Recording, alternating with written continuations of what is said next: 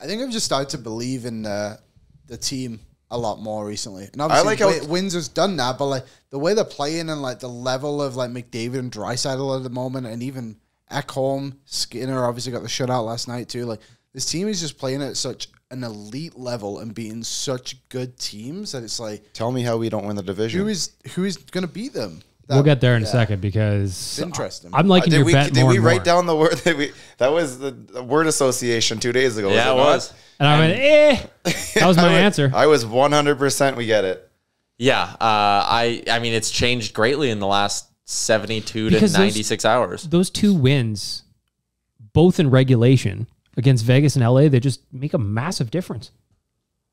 Yeah, to get them both in reg is just massive, right? Neither of them snuck out a point. And the one thing that's going to help them, if we want to talk about the divisional race, is those 2 teams still have to play each other once. So their schedules are not nice. And yeah, Vegas is tough.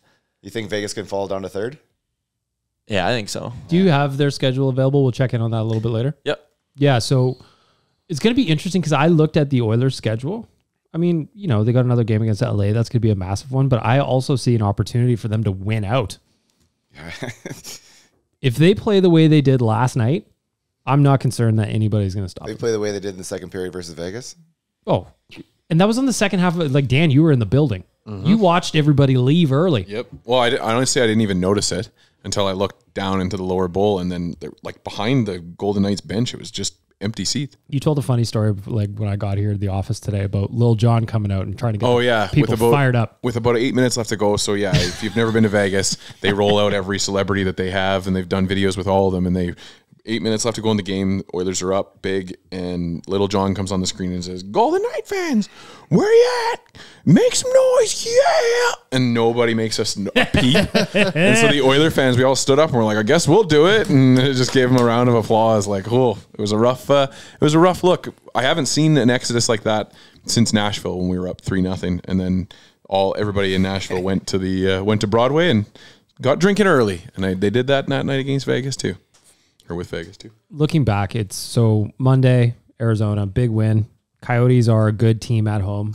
Oilers handled their business. Second half of a back-to-back set, they walk into Vegas and absolutely lay the boots down.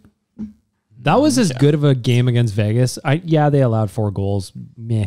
But like that was as good of a game against Vegas as they could have played. How many people said that being traded to Vegas was going to reinvigorate Mr. Quick? I never got that. Oh, it didn't make sense. You know that drove me nuts. That whole narrative, like, yes, the only thing stopping Jonathan Quick from being good was just motivation, right? Yeah. He just didn't want to be an LA King bad. Like, it was just the dumbest narrative to be like, oh, he's going to find himself magically. No, man. He's an 880 goalie. Yeah. He's not magically becoming a 930 guy. That's part of the reason I'd love to play Vegas in round 1. And part of the reason... have people coming back in the playoffs a la...